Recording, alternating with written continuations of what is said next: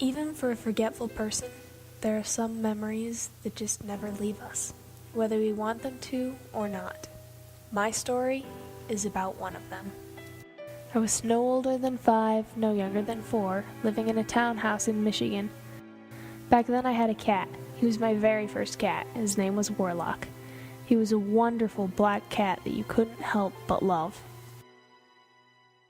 The focus of the story is a dream I had one night. Well, nightmare is a more accurate term. Normally I don't remember my dreams for longer than a day, a month tops, but this dream I still remember, 15 years later. I was with Warlock in this big, old stone room like you'd see in a castle, and I've got no clue how we had gotten there. The room is dark and very scary, and it's difficult to make out very much, but the fireplace in the back is lit with a small flame. Suddenly, the torches along the walls flared to life, casting an eerie glow about the room, and the shadows danced in the firelight.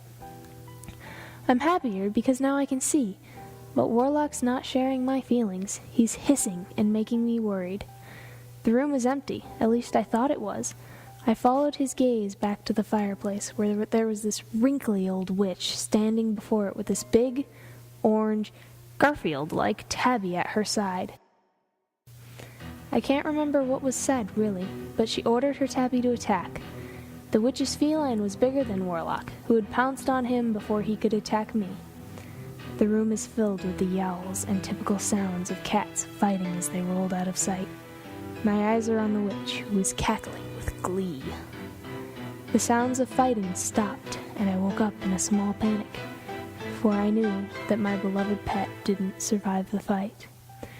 It was dark in the room, and I was scared, my mind having not accepted that it was just a dream, until Warlock came into the room, where he jumped on my bed and cuddled with me, reassuring me that he was just fine.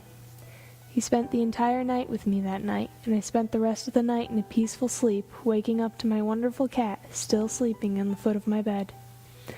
Within a year of that dream, Warlock got very, very sick, and my parents had no choice but to have him put down. The nightmare itself no longer affects me like it once did, but every memory I have of Warlock brings tears to my eyes.